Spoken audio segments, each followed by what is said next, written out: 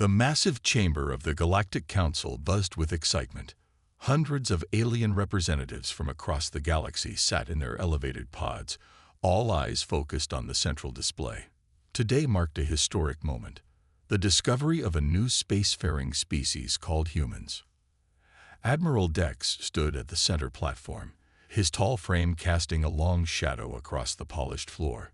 His scaled skin reflected the soft blue light as he gestured at the holographic display showing the human ship. "As you can see," he said with a slight smirk, "their vessels are remarkably small." A wave of laughter rippled through the chamber. The ship in the display was indeed tiny compared to the standard vessels used by most civilizations. Where a typical council transport ship stretched 3 miles long, this human ship barely reached a quarter of a mile. "Surely this must be a civilian vessel?" asked one of the council members, their multiple eyes blinking in confusion. Admiral Dex shook his head. "No, honored council. According to our scans, this is one of their military vessels." The laughter grew louder. Just then, a young aide rushed into the chamber, their 4 arms holding a datapad. "Admiral, we're receiving a transmission. A human diplomatic vessel has arrived and requests permission to dock." The council chamber fell silent. First contact was always a delicate matter, regardless of how primitive a species might appear. Council leader Vex stood up, his crystalline form catching the light. "Grant them permission. Let us welcome them properly." 2 hours later, the human ship docked at the station. The council members gathered in the grand reception hall, many struggling to hide their amusement at the small size of the human vessel visible through the massive viewing windows. The airlock doors opened, and out stepped the human ambassador, James Walker. He walked with confidence, wearing a simple but elegant blue uniform. Despite being shorter than most species present, he carried himself with dignity. "Greetings, honored council," Walker said, his voice clear and steady. "On behalf of Earth and humanity, I bring you messages of peace and friendship." Admiral Dex stepped forward, towering over Walker. "Welcome, Ambassador. I must say, we're surprised by your choice of transport. Did your larger ships experience technical difficulties?" Several council members poorly disguised their chuckles. Walker's expression remained neutral, but his eyes showed a hint of steel. "No, Admiral. This is one of our standard diplomatic vessels. We believe in efficiency and practical design rather than unnecessary size." "Practical?" Admiral Dex laughed openly now. "How do you expect to be taken seriously in the galactic community with such tiny ships? The void is dangerous, Ambassador. Size equals power and safety." Walker smiled slightly. "With all due respect, Admiral, size isn't everything. Humanity has learned through its history that bigger doesn't always mean better." "History?" another council member called out. "What could your brief space history teach us? We've been traveling the stars for thousands of years." Walker turned to address the entire council. "True, we're new to interstellar travel, but humanity has thousands of years of naval warfare experience on our oceans. We've learned that mobility, efficiency, and tactical flexibility often trump raw size." Admiral Dex waved his hand dismissively. "Ocean combat? How quaint. Space warfare is entirely different, Ambassador. Your tiny ships would be crushed by even our smallest military vessels." "Let us hope it never comes to that, Admiral," Walker replied calmly. "We came here seeking friendship, not conflict. But I would caution against judging capability based solely on size." The warning in his words was clear, but it only served to amuse the council further. As the formal introductions continued, whispers and barely contained laughter followed Walker around the chamber. Yet he maintained his composure, quietly observing everything and everyone. What none of the council members noticed was the small smile that occasionally crossed Walker's face, the kind of smile worn by someone who knew something others didn't. As he sent his first report back to Earth that evening, he included a simple note: "They're underestimating us."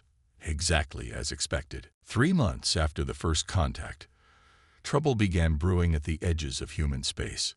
The Meridian Empire, one of the most powerful members of the Galactic Council, had started pushing their ships closer to human territories. Their massive vessels made no attempt to hide their presence, deliberately crossing into disputed regions. Commander Tom Reed stood on the bridge of the Earth Defense Force headquarters, studying the holographic map showing Meridian ship movements. Each red dot representing a Meridian vessel was enormous compared to the blue dots marking human ships.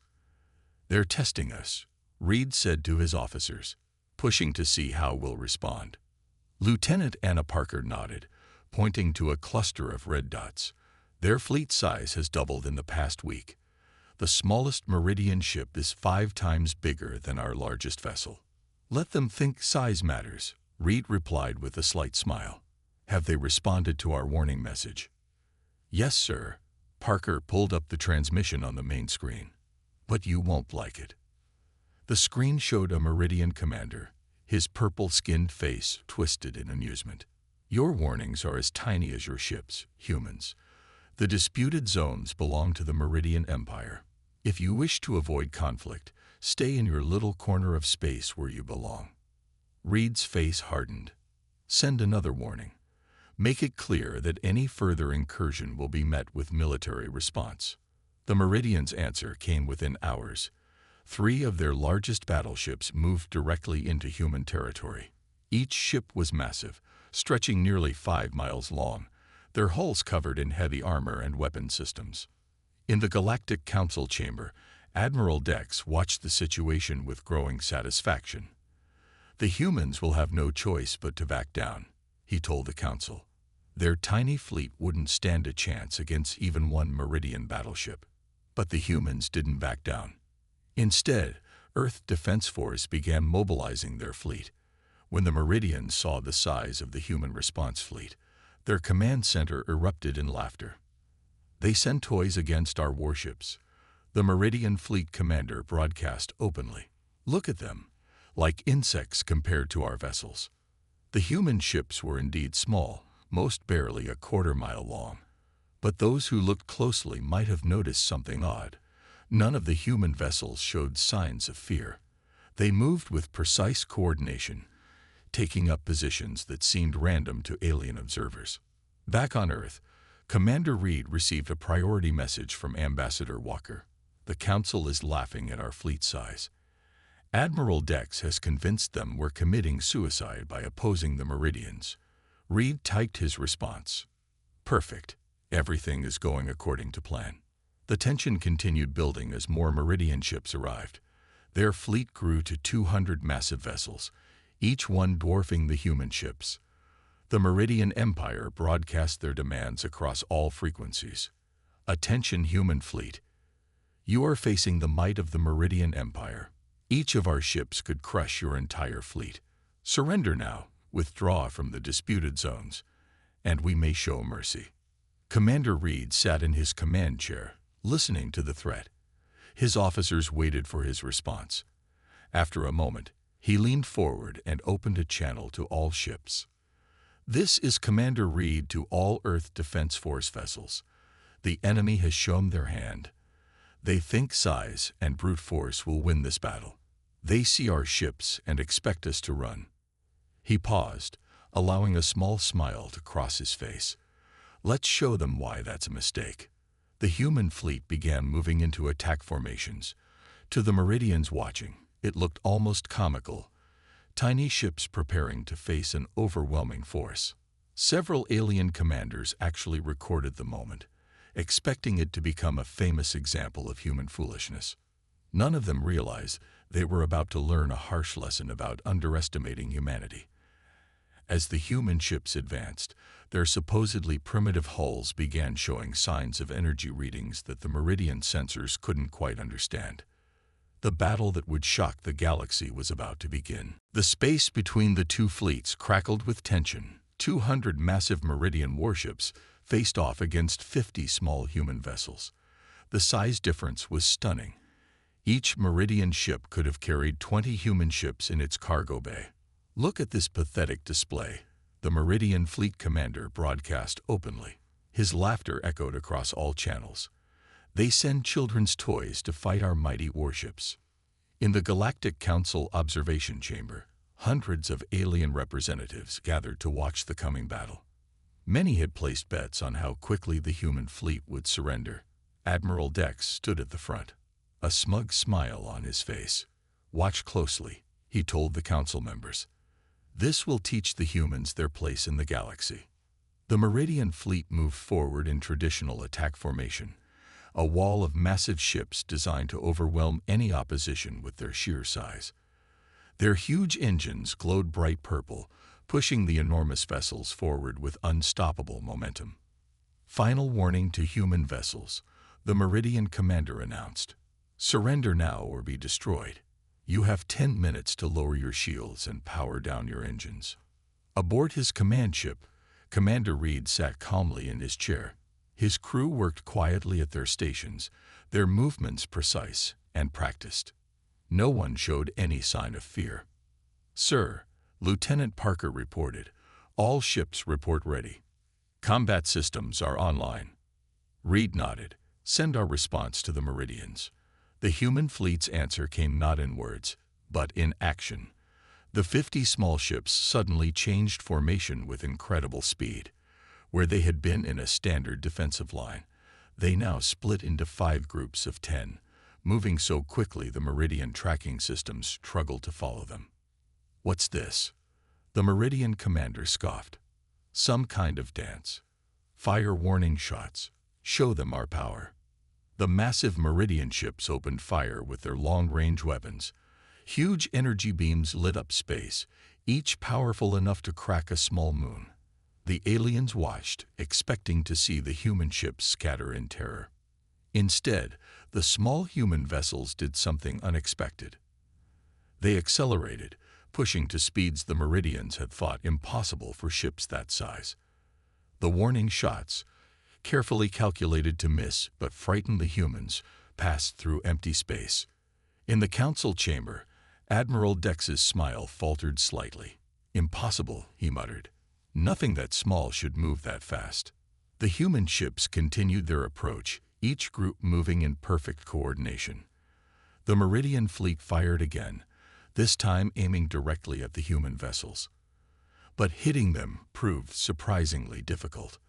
The small ships moved with incredible agility, changing direction faster than the massive Meridian weapons could track. "Enough games," the Meridian commander roared.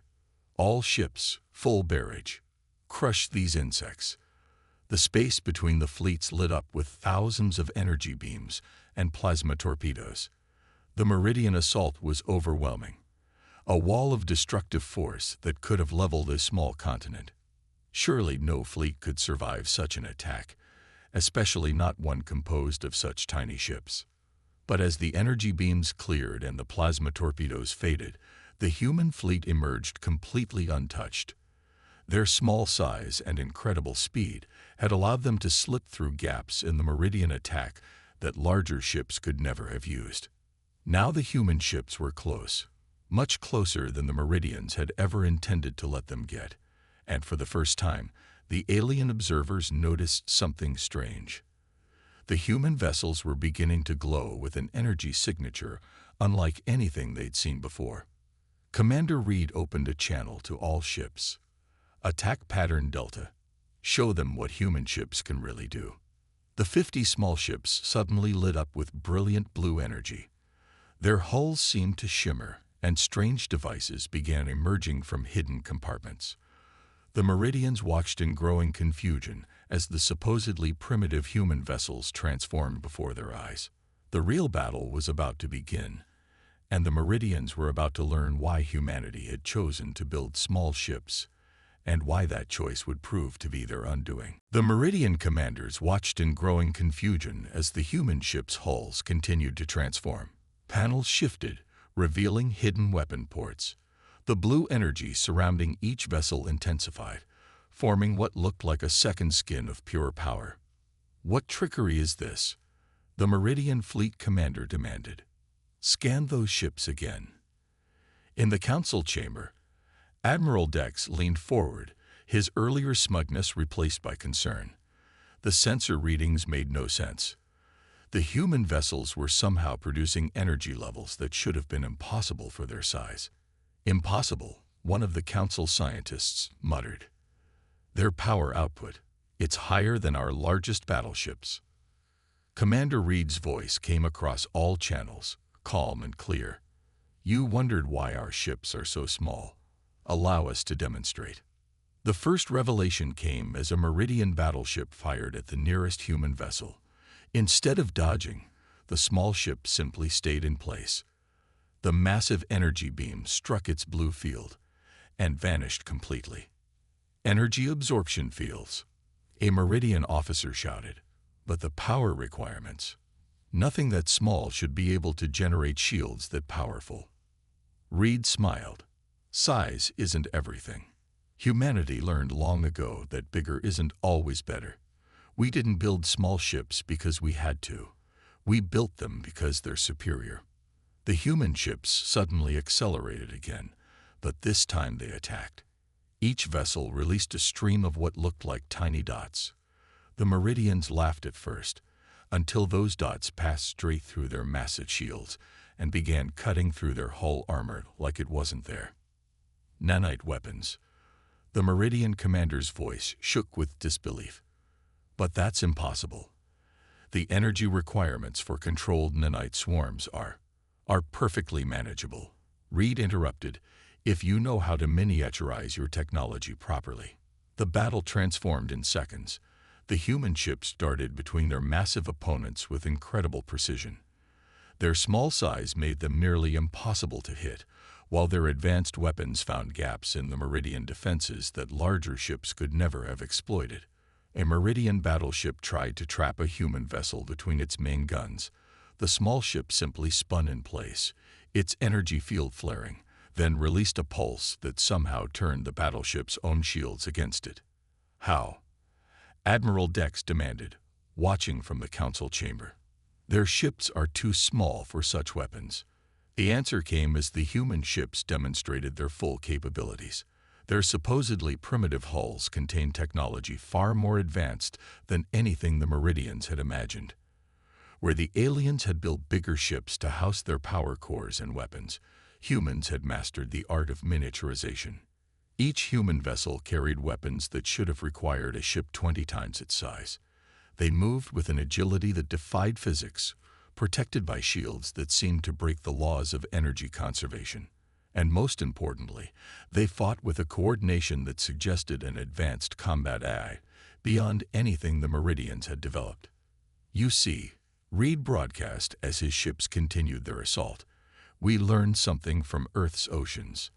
In naval warfare, victory often goes not to the biggest ship, but to the one that can hit harder while presenting a smaller target. The Meridian fleet's formation began to break. Their massive ships, designed to fight equally massive opponents, couldn't handle the swarm of small, incredibly advanced vessels darting through their ranks. Each human ship could absorb or avoid their attacks, while striking back with weapons that shouldn't have been possible on such a small platform. This is what true technological advancement looks like, Reed continued. Not building bigger ships to carry your technology, but making your technology small enough to create better ships. The council chamber had fallen completely silent. They weren't watching a battle anymore. They were watching a revolution in space warfare, demonstrated by the species they had laughed at just hours before. The true nature of human ships was finally revealed, and with it came a harsh lesson. Never mistake size for capability, especially when dealing with humans. The battle had transformed from a supposed slaughter into something the galaxy had never seen before. The 50 human ships moved like a swarm of angry bees around the massive Meridian vessels. But now, Commander Reed prepared to show them something even more impressive. All ships, commence Phase 2, Reed ordered calmly. Execute Swarm Pattern Alpha. The human fleet suddenly split into even smaller groups, now flying in formations of 3. These tiny groups spread out across the battlefield, each targeting a different Meridian battleship. To the aliens watching, it looked like the humans were making themselves even more vulnerable. They're dividing their forces. The Meridian commander laughed nervously. Perfect. Pick them off one by one. But trying to pick off the human ships proved impossible. Each group of 3 vessels moved in perfect synchronization, as if guided by a single mind. When Meridian guns fired at one ship, the other 2 were already moving to positions that forced the massive aliens to divide their fire. In the council chamber, a tactical expert finally realized what they were seeing. "It's an AI combat network," he shouted. "Every human ship is linked together. They're not 50 individual ships. They're one fleet acting with perfect coordination." Admiral Dex watched in growing horror as the human strategy became clear. The small size of their ships wasn't just about advanced technology. It was about creating the perfect swarm. On the battlefield, the human ships demonstrated this strategy perfectly. 3 ships would approach a Meridian vessel from different angles. The first would absorb enemy fire with its energy shields, converting the power into a weapon. The second would use advanced scanners to find weak points in the enemy's armor. The third would strike with precise, devastating attacks. Their ships, a Meridian officer realized too late, they're not just military vessels. They're each a different type of specialized unit. Commander Reed's voice came over the command channel again. "Humanity hasn't just been practicing space combat, Commander. We've been perfecting it. Each of our ships is designed to fill a specific role in combat. Together, they form something far more powerful than any single massive vessel could ever be." The human ships proved this point dramatically. Some acted as energy collectors, absorbing Meridian weapons fire and redirecting it to other human vessels that used it to power devastating attacks. Others launched clouds of nanites that ate through enemy armor. Still others fired weapons that seemed to bend space itself, creating zones where Meridian weapons simply ceased to function. "This is impossible," the Meridian commander shouted as another of his massive ships fell to the coordinated attack of 3 tiny human vessels. No species could have developed such perfect coordination. "Wrong again," Reed replied. "We've had centuries of practice with drone warfare and artificial intelligence.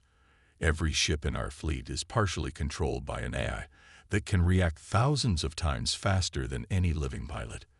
They work together like cells in a single organism."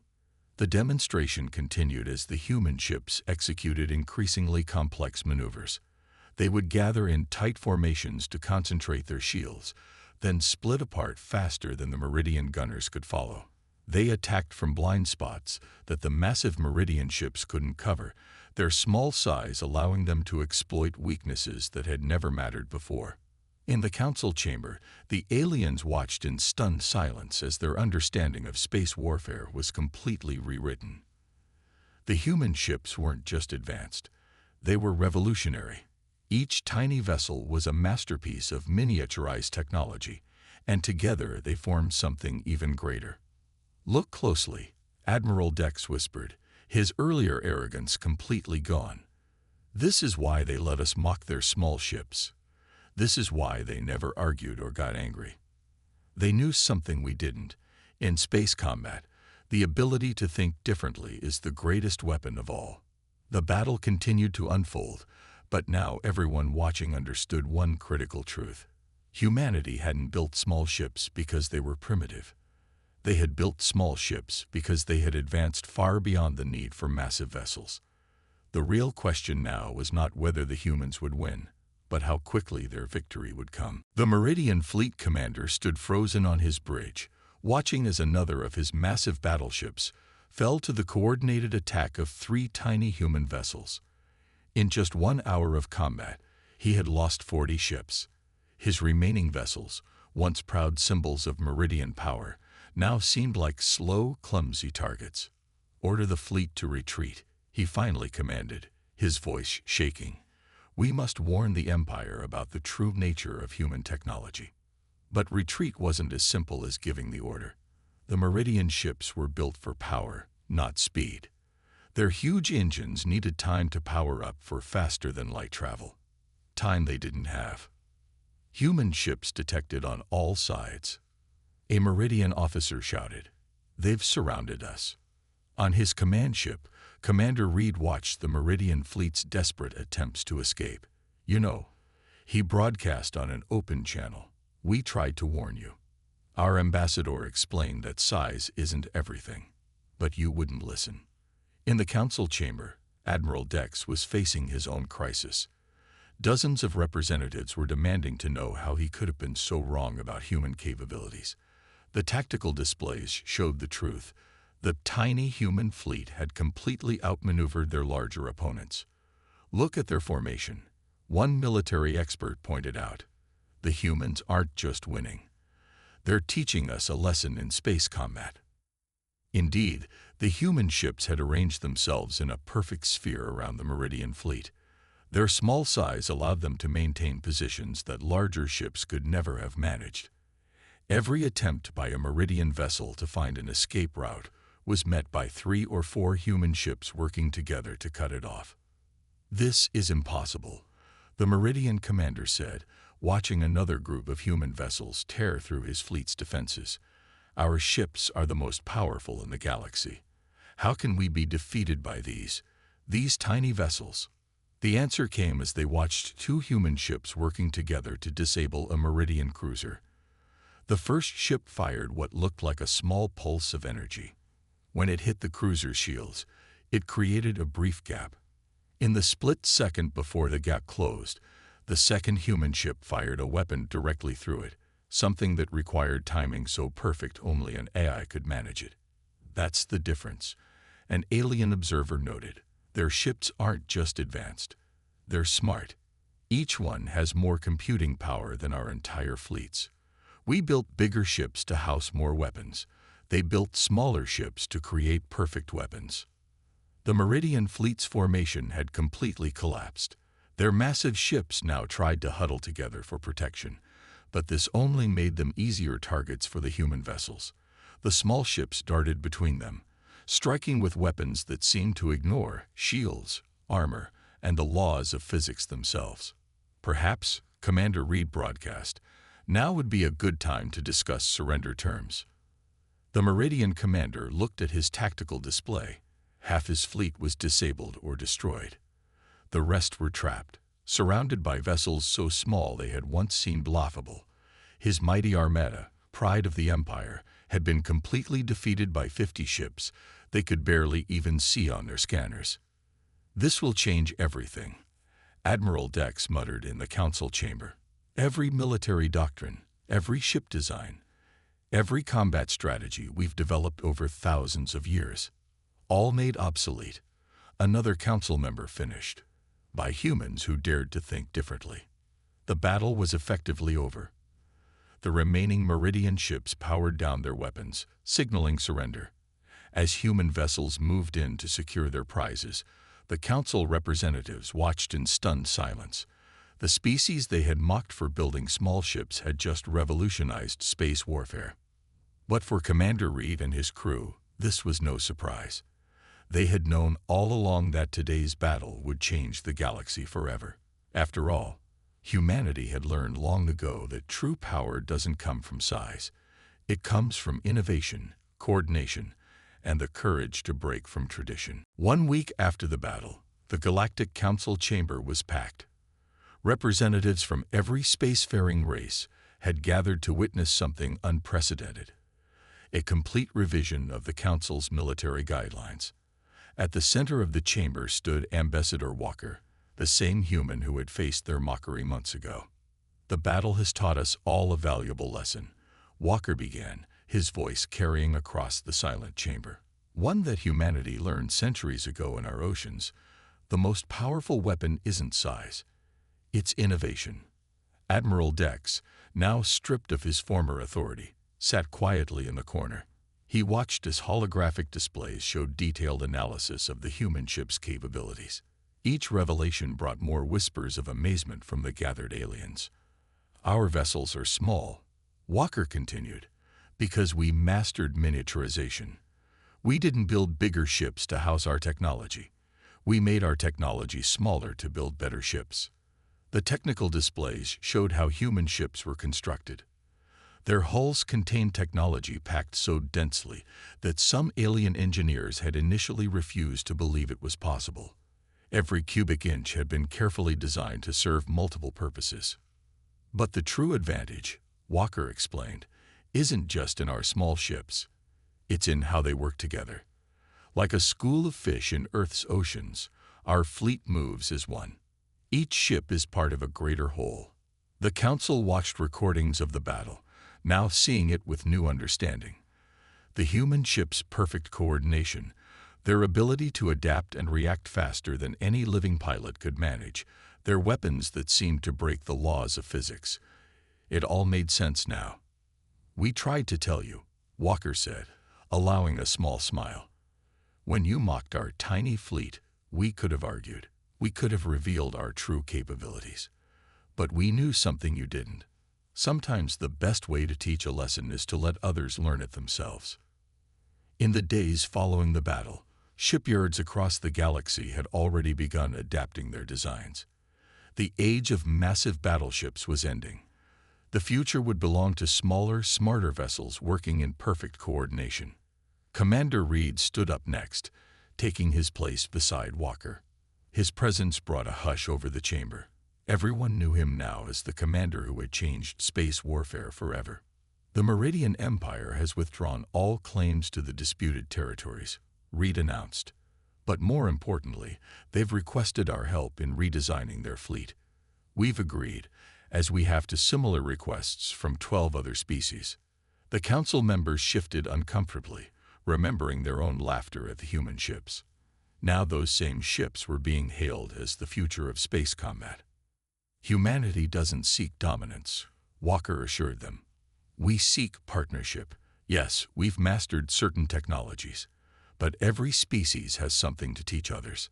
Today marks the beginning of a new era, one where we learn from each other." As if to emphasize his point, the holographic display showed new ship designs, collaborations between human engineers and alien shipwrights. They combined the best of both worlds: human miniaturization and AI coordination with alien power systems and material science. "Let this be remembered," Walker concluded, "not as the day humanity proved its superiority, but as the day the galaxy learned that progress comes from challenging our assumptions. Sometimes the greatest discoveries come in the smallest packages." The chamber erupted in applause. Even Admiral Dex found himself standing, acknowledging the wisdom in Walker's words. As the council session ended, a new saying began spreading through the corridors: "Judge not by size, for human ships are wise." Years later, historians would mark this as a turning point in galactic civilization.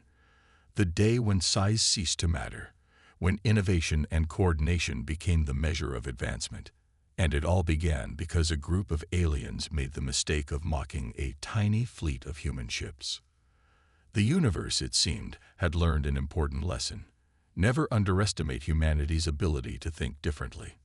For in their small ships lay the power to change the galaxy forever.